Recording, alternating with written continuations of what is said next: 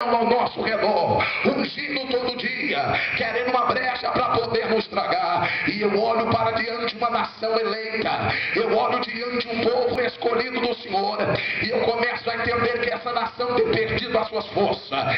Eu começo a compreender que essa nação não tem ido como ia, não tem orado como orava, não tem buscado como buscava. E eu começo agora a perguntar-me a Deus o porquê. O porquê este povo não busca como buscava, o porquê este povo não ora como orava. Eu quero lhe fazer entender esta noite. Olhe para mim, por favor. Uma vez sendo nação eleita, esta nação será provada. Essa nação será talvez provada a fogo, talvez provado talvez a moinho, a provação, a má e etc. Agora, por que essa nação tem sido reprovada? A Bíblia diz que nos últimos dias o amor de muitos se esfriaria. E eu começo a me perguntar: Deus, que muitos é esse? Será que esses muitos são a nação eleita? E Deus disse: não. Quem é nação eleita de verdade não se contamina. Quem é nação eleita de verdade não se esfria. Quem é nação eleita não se deixa levar ao mundo.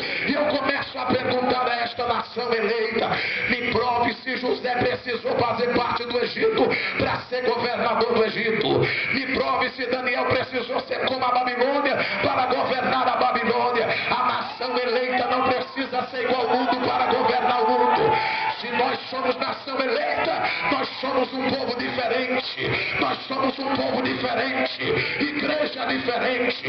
Igreja que anda diferente, que fala diferente, que adora diferente. Se eu estou pregando para alguém que é eleito aqui, trate de me identificar que você é eleito, meu santo. Levante a sua mão do céu e comece a bendizer o nome de Jesus Cristo.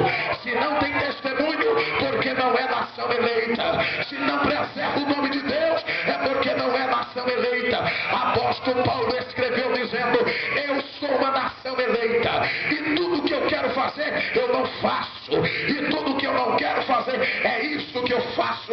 Mas seja apenas a vontade de Deus que prevaleça na minha vida.